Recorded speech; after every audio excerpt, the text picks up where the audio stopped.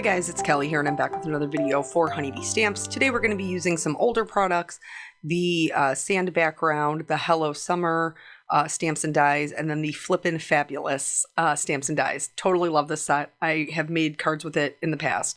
We're also going to be using, different for me, I know, a lot of pattern paper. So I'm just going through a couple of the packs.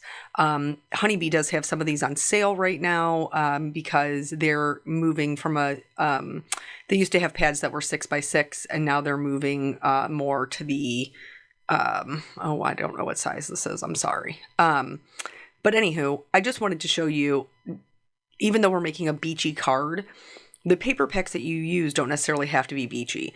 So I went through and I picked out some colors for my seashells that I thought would be really pretty. This is which one is this? The Marvelous Moments. It's just it's a great muted kind of palette. So I picked out some like peaches, pinks, corals, beiges, some grays. This one is Vitamin C. I am going to be using this for my background in my card. Everything in here, I did no ink blending, nothing. Everything is pattern paper. Which honestly, I used to do a lot, but I haven't in a long time.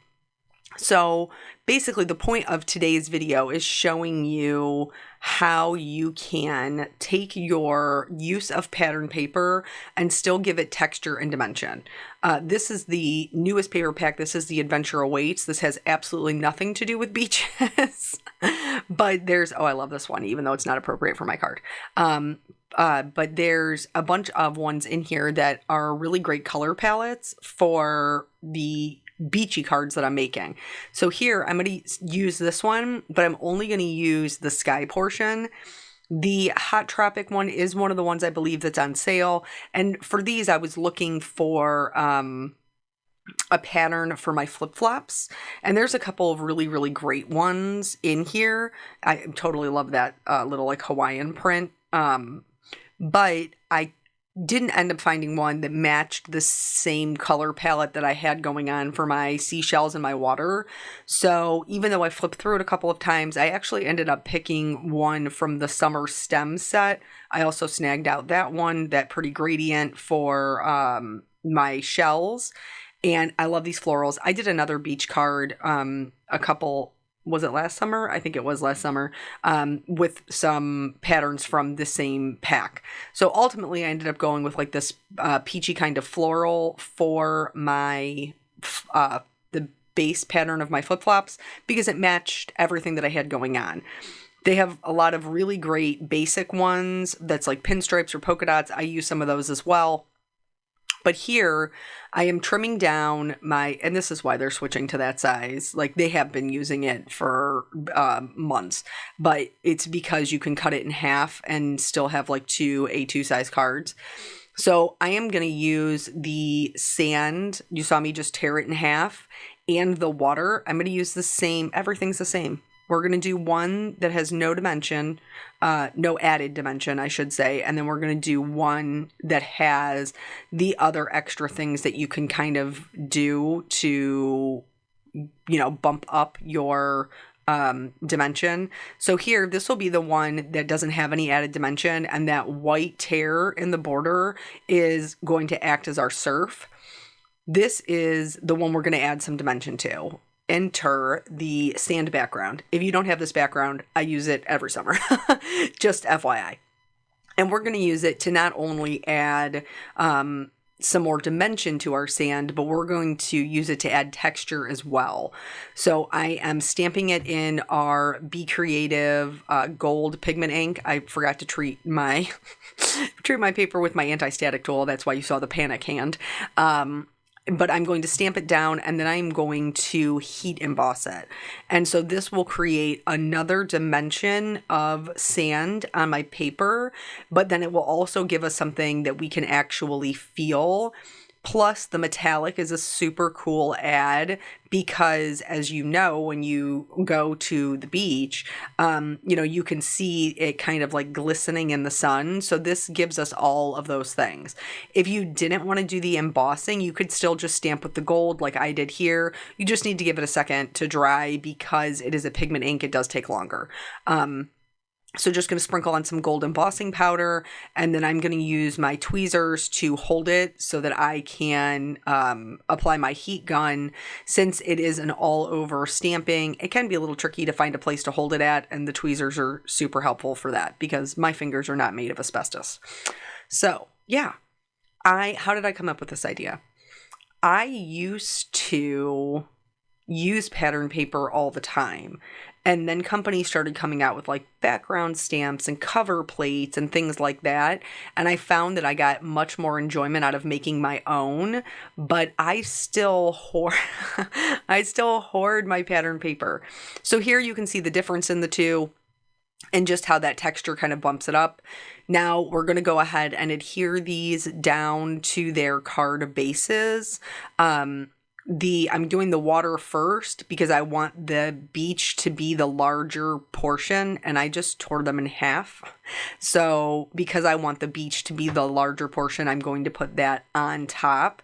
And for the one that we're not adding any extras to, this will be the finished background. We're not going to do anything else to it. And I will say, like, the little paper tearing, which was huge back when I first started card making, does make a suitable surf. But now, now that I've been card making for a long time and I enjoy the dimension and the texture and I realize how much interest that adds to my cards, I'm going to do something different on this one over here. So yeah, I think it's not that one is better than the other. I think that they just provide different looks. And so if you're like, Kelly, I don't want all this extra, I'm happy with my pattern paper the way it is. Awesome. That's great. But if you are looking to maybe step it up a notch, I'm just going to show you some things that you can do, and you don't even have to do all of them. You could just do some of them. So here I'm going in with my Versamark ink pad, and I am just putting down some clear embossing ink right where I want the surf to be, also where I want some waves to be coming in on the background. And then I'm going to use a white puff embossing powder, and you're going to see when we put it on is a hot mess, is a total hot mess. But that's okay. That's what a dry paintbrush is for. Truly. I mean, that's how I'm going to get it to look the way that I want it to look. I'm just going to go in, I'm going to clean up the edges so that they're more rounded, where it's like coming onto the beach. And then for the surf that's in the water, I'm just going to kind of randomly swish my paintbrush around so that I get a little bit of... I don't even want to call it a gradient, but like, so there's a little bit of a difference between how much water you can see and how thick the embossing powder is. And then for the ones that are rolling in, they're going to be much thinner. Just because they haven't crashed yet, which is what causes all of that, like, really bold white surf on the beach. And you can see that I did extend it out a little bit. I skipped that part. So first things first, as soon as I start heating this, you can see that it starts puffing up, which is super cool and gives us this texture that we can feel, but also creates that look of surf. The other thing that you can notice right away is that it lifted my sandpaper. So I'm going to do it again. And this time I'm really just concentrating the embossing right where it meets the paper. And I'm going to do two things different this time. The first thing that I'm going to do different is, instead of just sprinkling on the embossing powder and brushing off the excess, I'm going to take my excess and I'm going to scoop it to where it meets the paper. So that way I know that that area is all filled in, and then I'm going to make sure I clean off really well all the rest of the paper, because I just want it to be kind of lumped up where it meets the paper. The second thing that I'm going to do to keep from blowing off all of that embossing powder is I'm going to heat it from the back first. And then once it starts to melt, it's going to melt into the embossing powder that's already there. You can see it turning. And then once it has started to melt, I can then hit it from the front and make sure everything is melted down and, it's puffed up and like smoothed out. And then that's going to connect to the two so that you can't see that paper in between. Here, I am stamping all of my shells, my flip-flops, did I use anything else? No, I think it was just shells and flip-flops. But I'm not going to show you the majority of the stamping because I stamped so many shells, y'all. Like so many, because I didn't know what I was going to use to put them all together, and I wanted to be able to use the same ones on each card. So every time I had to stamp them twice. So I just stamped and stamped and stamped. I am using our intense black ink, which is safe for Copic markers. And then I'm going to cut all of them out with dies. Now, typically you see with pattern paper, you see more fussy cutting. I'm not going to do that. I don't even mind fussy cutting. It wouldn't even have bothered me to do that, but I wanted to show you how you can use the dies and you can still blend them into your background. I love these shells. They're so pretty. And so here's all of them. This is everything kind of cut out. The only portion that I did not use a die for is the strap part of the flip-flop. And for that, I am going to have to fussy cut it so that I can lay it down on top and it's a perfect fit. But for everything else, because it's going into the background of my card, I just used the dies. It was easier. A couple of tips for fussy cutting. If you're new here and you haven't seen them, you want to hold your paper in your non-dominant hand, keep your scissors straight up in your dominant hand, and then turn your paper, not your scissors. This is going to give you a much smoother cut. And then when we're done with the fussy cutting, the other thing that I always like to do is go around the edges with not a Copic marker. You want a water-based marker. The one that I use is a Memento Tuxedo black marker. And this is, if you've stamped in black, it just gives a really nice finished edge. So I just went ahead and went through and cut out the rest of the little straps. And now I'm going to go in and do that Memento black marker, and I always do it from the back in case the marker slips and makes a mark. It's not on the front and nobody will see it because that part will be glued down. Then this is the only piece that we have to build, is just put these two together, which, by the way, are these flip-flops not absolutely darling? I mean, I would totally wear those little flower flip-flops. I think they're stinking cute.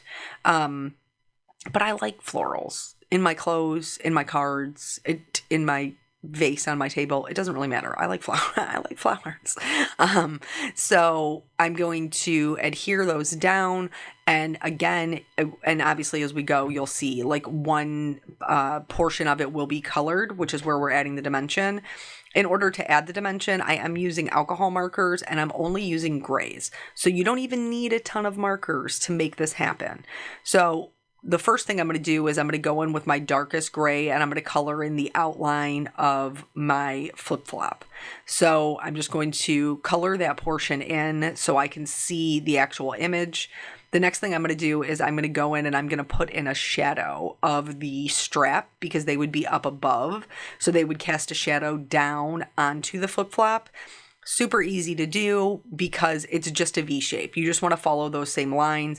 Give yourself a little bit of a gap because the shadow wouldn't necessarily be right underneath it. And then for the rest of the shading, I'm just going to go in from the left and the right hand sides just to give it a little bit more dimension.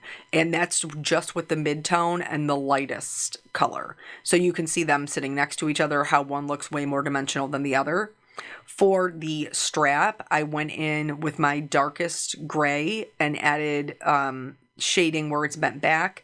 And then I also added just a little bit of shading to the inside edges and the top part, which would be inserted down into the flip-flop. That's the connecting piece.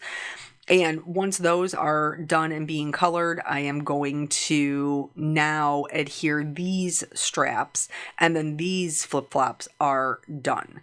So like I said 5 minutes ago, we're just using grays. You can shade anything with grays. The ones I typically use are cool grays and warm grays, just depending upon what colors I'm using. But if you have the toner grays or the neutral grays, those will also work. You don't need a bunch of colors to get a lot of dimension out of what you have. So the one on the right, we've added dimension. The one on the left is just the pattern paper. We're going to go through all of the shells this way. Typically, when you're adding shading to any kind of object, and I say that, you guys are probably so sick. If you're a follower, you're probably so sick of hearing me say it. It's any point where two things meet or where one object lays on top of another. So we're not really going to have too much laying one on top of another, with the shells per se, but you will have lines where everything meets, and that's where you want to add the majority of your shading. We're not looking to completely cover up the pattern that we chose. We want to let that pattern paper kind of shine through. We're just looking to accent the shape of the shell. So the smaller ones are much harder to do that with than the larger ones, but you can see there's a vast difference in the amount of dimension that we're getting in the ones that we're adding a little bit of shading to. And again, don't cover up the whole thing. You chose this color or this pattern or this paper for a reason. You just want to accent it. You don't want to cover it. So, yeah, it's kind of like when you color something white and you're just adding the shadows. That's all we're doing here. We're just adding in the shadows and letting the color of the paper underneath shine through. I think that this is a super fun way to incorporate, if you're like me and you're like a pattern paper hoarder, to get them out and to use them, but to use them in a way that's still very satisfying creatively. Some people, like I said, the pattern paper in and of itself will be enough. For me, it's not. For me, I like to make my cards look different. I want my card to look like my card, and your card should look like your card. But a lot of times when I'm just stamping and die cutting, they don't feel any different than what anybody else would do. And so it's not satisfying the need that I have to be creative. I want to make them just a bit different, a bit, for me, it's the dimension I love and a little bit of texture, but mostly the dimension that I love. So for this little swirly one, I decided to add a little bit of a design, just again, to make it look a little bit different. So I just did some little darker flicks that would give it more of a spiral look. Another way that I colored these, which you'll see, like when you see them in their totality, I did stippling. So I did some little dots, a series of dots in the same colors, which was another great way to add a little bit of personality to that particular one. I apologize that as we're moving along, the shells keep getting lower and lower, and it's because I just kept pushing them up. So I was like interfering with my own coloring space. But yeah, I think we only have one more to do, which I think is the starfish, because there's a lot of other ones that are the same. They're just stamped on different patterns. So I didn't show you all of those. I showed you kind of one of each of the ones that we ended up using. And then I just called it, because this video is still, a pretty decent amount long. So yeah, I feel like this is pretty apt since I just got back from the beach, which was lovely. We only had rain one day. And I was really, really surprised because when we took Peanut to the beach, when he was like 1.5 years old, he did not like the beach. He didn't like the sand. He didn't like the waves. It was too loud. He just didn't like it. Here, what I'm going to go through and do is I'm just going to glue. This is everything laid out how it is. I'm just going to go through and glue everything down flat. And then there's a couple of other things that we'll do to complete the cards. But yeah, so he didn't like it. But Miss Little Jelly Bean, my little sassafras, she loved the beach. She wanted to stand in between mommy and daddy, or daddy and grandma, or mommy and nana, and have her hands held so that when the waves came in, she wasn't, because we were in the Outer Banks and they were a little bit strong. She would like to jump up over the waves or jump into the waves. She had a ton of fun. She also thoroughly enjoyed, my mom got her a little pool that we filled up with water so she could play with her, sand in the water, and it had a little like canopy that covered it. So she was out of the sun. She totally loved the beach. She did great. The whole 2 hours or 2.5 hours or whatever we were at the beach, she rocked it the whole time. So here what you see me doing is, remember I told you that I'm using dyes because it was easier. So what I'm doing now is I'm going in with other Copic markers to blend it in, the outline, into the sand. This is, or it can be, a little bit tricky because, obviously the brown is going to look different on the pink paper than it will on the white paper. So you can see on the ones that are pink, I'm going back in with a much cooler brown to kind of knot back those warm tones to help it blend better. I'm also going in with a white gel pen and adding some highlights or some dots, just something to add a little bit more interest to the seashells. This is another way that you can, kind of bump up your pattern paper without covering up the pattern per se, and just stretch it a little more, make it more your own. So now these are all done. I got to trim them because you can see my flip-flops and some of my shells are hanging off the bottom. So I'm just going to trim those down. If I had put in less water, I probably would have been able to fit the whole flip-flop, but I tore them where I tore them, and it was what it was. And it was what it was. I just accepted it. I do think that the vitamin C pack, which is where I got the background ones, are so great. That water looks so cool. For the sentiments, I chose, they're from the Flippin' Fabulous, and there's one, which is what we're stamping now, on this teal color that says, "I hope your birthday is." And then there's 2 sentiments that you can use with it. One says Flippin' Fabulous and one says Flippin' Awesome. And so I just decided I was going to stamp 2 of the Hope Your Birthday Is, and heat emboss them in white on teal. And then the second part of the sentiment, I just stamped in black on white because I'm going to put that where the surf goes. And this section of the sentiment is going to go where the water is. So just to help them kind of blend in more, and then they'll be cut out with their companion dyes as well. So yeah, it's so funny how your kids are totally different, because Peanut was a pool kid, and he still, he likes the beach, don't get me wrong, but he still could spend hours in the pool, just happy.